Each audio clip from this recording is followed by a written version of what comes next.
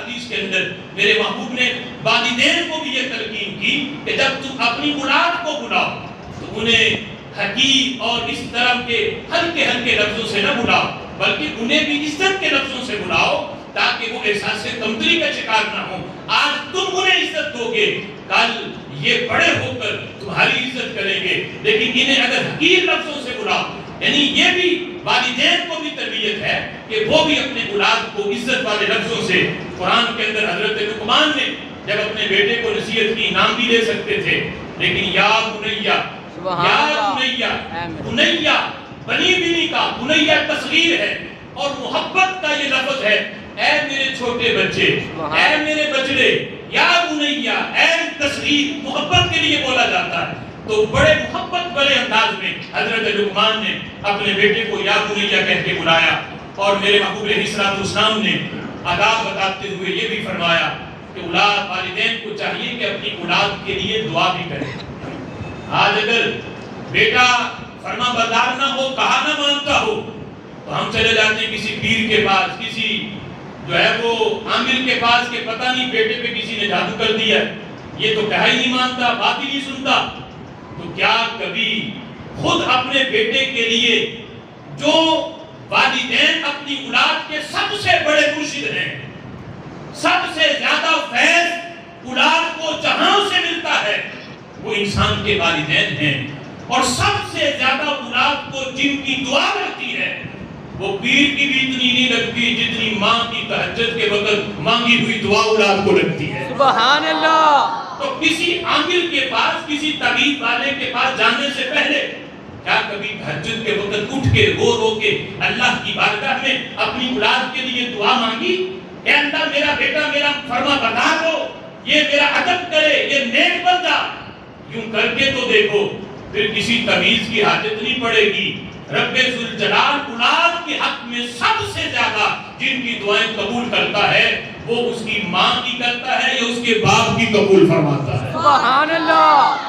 اور پھر یہ بھی میرے محبوب نے تعلیم دی، ان کی تعلیمات میں یہ بھی ہے کہ اولاد کبھی والدین غصے میں بھی غصہ ہے تو مار کے نکال دیا جائے یا کسی اور انداز میں جھڑکی دے دی جائے، لیکن غصے میں بھی کبھی والدین اپنی اولاد کو بد دعا نہ دیں، کبھی بھی انہیں بد دعا نہ دیں۔ یہ عام ہے ہمارے عرف میں، ماں کہہ دیتی ہے تیرا ستیہ ناس ہو، تیرا کھانا خراب ہو، تیرا یہ ہو تو وہ ہو، باپ کہہ دیتا ہے۔ کبھی بد دعا والدین اپنی اولاد کو نہ دیں، غصے کی حالت میں بھی نہ دیں، اس لیے ان کی زبان سے نکلے ہوئے کلمات اللہ کی بارگاہ میں بڑی جلد قبول ہوتے ہیں۔ حضرت عبداللہ ابن مبارک کی بارگاہ میں ایک شخص آیا، آ کے بیٹے کی شکایت کی کہ بیٹے نے یہ کر دیا، بیٹے نے یہ کر دیا۔ حضرت عبداللہ ابن مبارک فرمانے لگے حل دعوت علیہ، کیا تو نے کبھی زندگی میں اپنے بیٹے جس کی تم شکایت کر رہے ہو، کیا کبھی اس کو تم نے بد دعا دی ہے؟ اس نے کہا کہ ہاں دی ہے ایک مرتبہ، اور میں پھر اپنے بیٹے کو تو نے خود ہی خراب کیا ہے۔ تو نے خود ہی جب یہ کہا کہ اس کا ستیہ ناس ہو، کھانا خراب ہو، جب خود ہی کہہ دیا تو فرمایا تو نے اپنے بیٹے کو خود خراب کیا ہے۔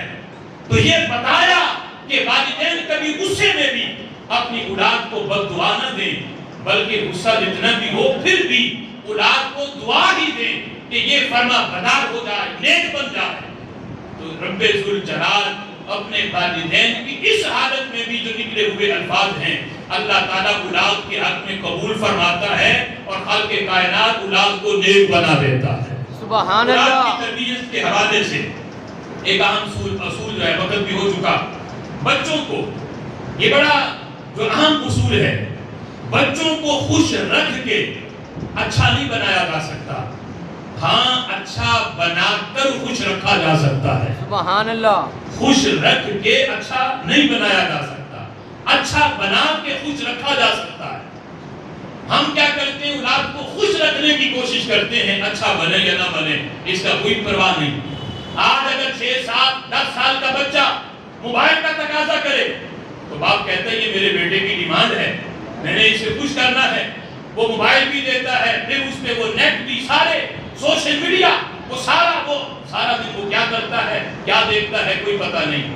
اور کل جب بیٹا بالغ ہوتا ہے پھر جب وہ گناہوں بری زندگی میں پڑتا ہے، میرا بیٹا باپ کہتے ہیں کہ میں اسے نیک بنا دوں، یہ مسجد کی طرف آئے، یہ مدرسے کی طرف آئے، تو پھر اس کی بھول ہے۔ خوش رکھ کے اچھا نہیں بنا سکتے، اچھا بنا کے خوش رکھ سکتے ہیں۔ پہلے اولاد کو اچھا بناؤ، اولاد والدین کو بھی خوش کرے گی، اپنے رب کو بھی خوش کر دے گی۔ سبحان اللہ۔ اچھا بناؤ گے تو خود بھی خوش رہے گی، اولاد کو بھی خوش رکھے گی، والدین کو بھی خوش رکھے گی، اور اپنے رب کو بھی خوش رکھے گی۔ لیکن انہیں خوش رکھ کے اچھا بنانا، یہ خیال اپنے ذہن میں نہ آنے دو۔ ہاں، ڈانٹ ڈپٹ اور محبت دونوں میں توازن ہو۔ جہاں محبت کی حاجت ہے وہاں محبت کی جائے، اور جہاں ڈانٹ ڈپٹ کی حاجت ہے وہاں ڈانٹ ڈپٹ بھی کی جائے۔ جس جائز خواہش کو ماننا جا سکتا ہے اسے مانا جائے، اور ہر خواہش جو ہے وہ مانی بھی نہیں جا سکتی۔ میرے آقا علیہ الصلوۃ والسلام فرماتے ہیں للجنت باب، فرمایا جنت کے اندر ایک دروازہ ہے، یقال له باب الفرح، فرمایا اسے کہا جاتا ہے خوشی والا دروازہ، راحت والا دروازہ۔ اور فرمایا پتہ ہی دروازے سے کون گزریں گے؟ فرمایا جو دنیا میں رہ کے جنہوں نے اپنی اولاد کے دل کے اندر خوشی پیدا کی ہوگی، اللہ ان والدین کو اس دروازے سے جنت کے اندر داخل فرمائے گا۔ سبحان اللہ۔ ہمیں قرآن و سنت کے اصولوں کے مطابق اپنی اولاد کی تربیت کرنے کی توفیق عطا فرمائے۔